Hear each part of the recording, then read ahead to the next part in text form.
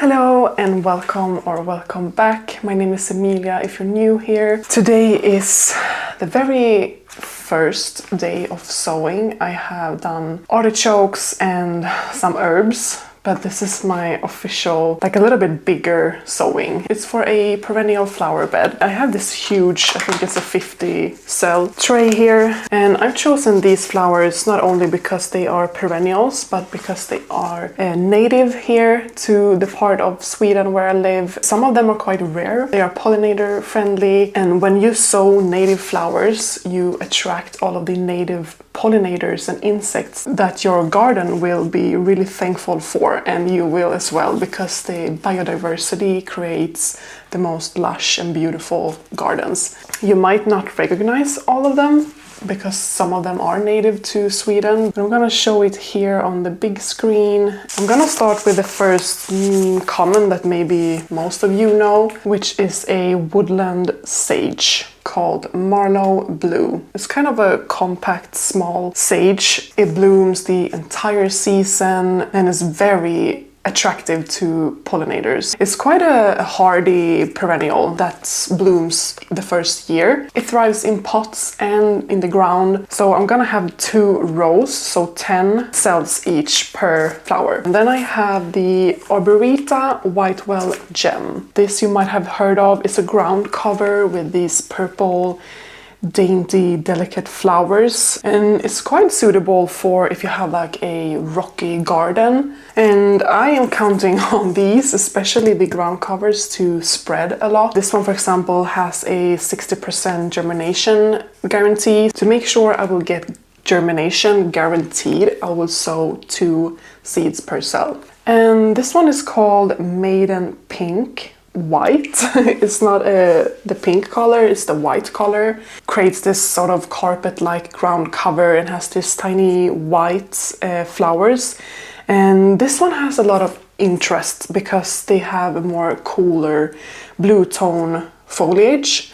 And I think that is needed along these quite warm colors that I have for the other flowers. Almost silver blue like leaves and then rich of white blooms. You can also have this for a like rocky garden, but it can also act as a edging flower for a flower bed. And that is kind of what I use this for. I don't want to weed this bed at all if possible, so I kind of want to load up on the ground covers here. And this one is called Real Forget-Me-Nots Pure, or like real. So there are so many varieties of forget-me-nots, but this is the native forget-me-nots. It's a wild flower and it will spread quite a lot. And I do see this around in nature, but I do want to create that nature-like, wild sort of native flower patch. It has such a like fairy-like wild look to it. It has these kind of like lavender and sky blue colors with like a yellow center, and this center turns white once they're pollinated. So it's so easy for low-flying pollinators or tired bumblebees. Yeah, it's so cute. I love forget-me-nots. I love all of the kind of forget-me-nots. I want to have the Caucasian and other forget-me-nots in the garden, but for this bed I'm gonna stick to the native plants. And then here I have the Viola tricolor. I don't have a picture of the flower on the package, but I'm gonna put it on the screen right here. It's called Wild Pansy or Heartsease, I think. But the Latin name is Viola tricolor, a lot more easier to remember. So this is traditionally a medicinal flower. Nowadays they grow quite sparingly in the wild, so I'm so happy to be a host of this plant here. And they establish quite easily on like nature gardens or in meadows, etc. But I want to create that wild native environment for these flowers so that they will kind of establish and thrive. So that's my goal, at least. All right, so I'm just gonna start planting these. Some of these you can have for winter sowing. The seeds look like this, really tiny. And these are so small, they don't really need a lot of coverage. I'm gonna cover them with vermiculite, so they will still get moisture contact. I have some more flowers to sow that are a little bit taller. I want to sow them in a deeper cell. So I have 2 more flowers to actually purchase for this flower bed, and one of them is a delphinium. I'm gonna pop it on the screen too. It's called Candlelight Blue Shades. It will sort of match the forget-me-nots along a echinacea called Feeling Pink. Whenever I plant seeds this small, I'm always like doubting that they will even germinate. You can see them, so I don't know if I skipped one cell. We'll see. But it's just so strange that something this like microscopic almost can become a flower. It's amazing. I think I'm just gonna go ahead and sow all of these because I do have some more flowers to sow. So I think I'm gonna cut here and I'll see you very soon. So the sage only had 10 seeds in the package and has a 60% growing rate. That's not great odds. But I planted 1 in each cell and we'll see how many comes up. But I think that if you have this few seeds in a package, you should at least have a higher growing percentage. But I'm currently waiting on, yeah, that's so pretty. I asked ChatGPT to visualize this flower bed and I got the help and it's looking so pretty, the mix of colors, and I'm really pleased with it. And for this flower bed I probably will add some sort of structure with like an evergreen or bush, or there's already a hardscape, I guess. There's like a water tap. What do you call it? And of course I have the red cabin in the background. That's also some interest and beautiful color that will complement. So now I'm gonna spread vermiculite on top, and I'm gonna be quite heavy with this since I didn't sow the seeds very deep.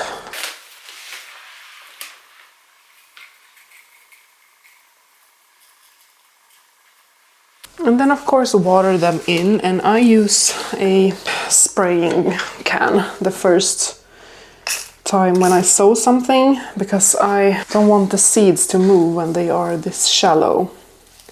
So just lightly spray on top so that the vermiculite settles. It can sort of fly around a little bit.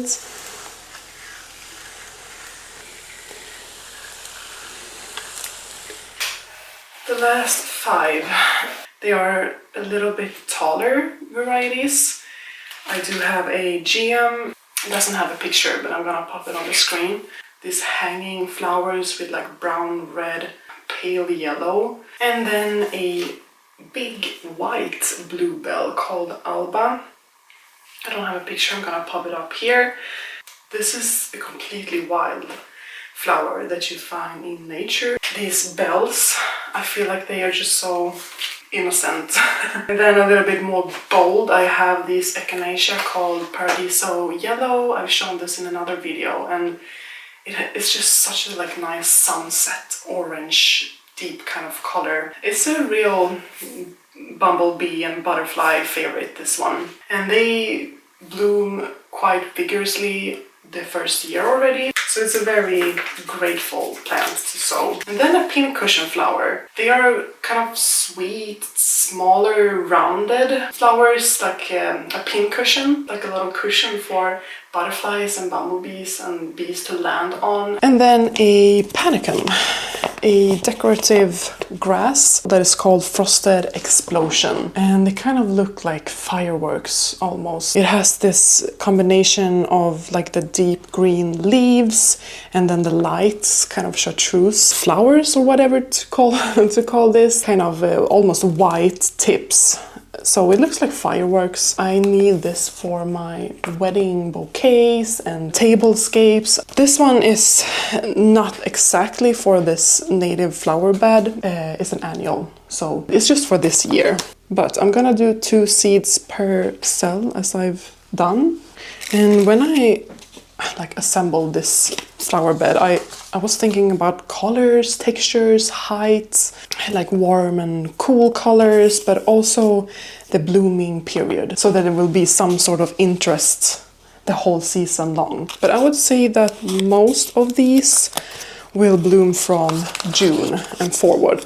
But I can plant bulbs, like spring bulbs in that bed. Some of these ground covers or lower flowers are a little bit earlier. Then a few of these, like the echinacea for example, and probably the sage will flower well into the fall as well. Alright, so I'm just gonna go ahead with this little planting here, and I will update you as soon as they have germinated. Alright, so here's a little update. We have something from all of the seeds I've sown has popped up. We have the arbortea, we have the woodland sage, the viola tricolor, and all of them popping up. Some of them a little bit more sparingly than others, but they're still on their way. And these worked so well, these sticky traps for fungus gnats. Hopefully no larvas in the soil. But here are my artichokes popping up. We have some decorative grass. Not a lot here. We have a tiny thing here, the white bluebell. This little spindly thing, I'm not sure if it's the actual seedling or a weed. It really looks like a weed. The herbs are thriving, but I am moving them down to the laundry room very soon. I still have plenty of room left. This is where I'll pop my bell peppers and chillies on my heating mat here.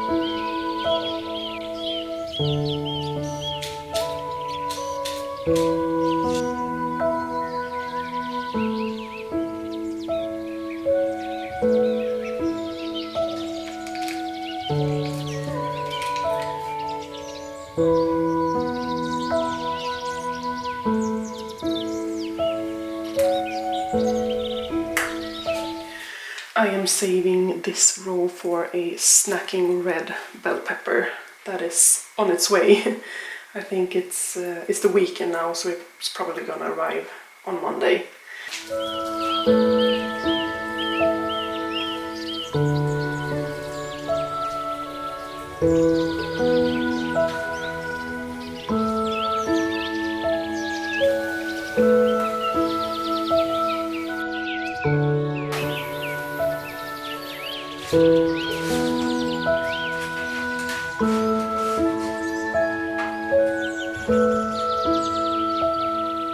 So I just wanted to thank you for being here for this video. I hope that you like this sort of setup. Let me know if you do or if you don't. And I will see you in the next one. Take care. Bye bye!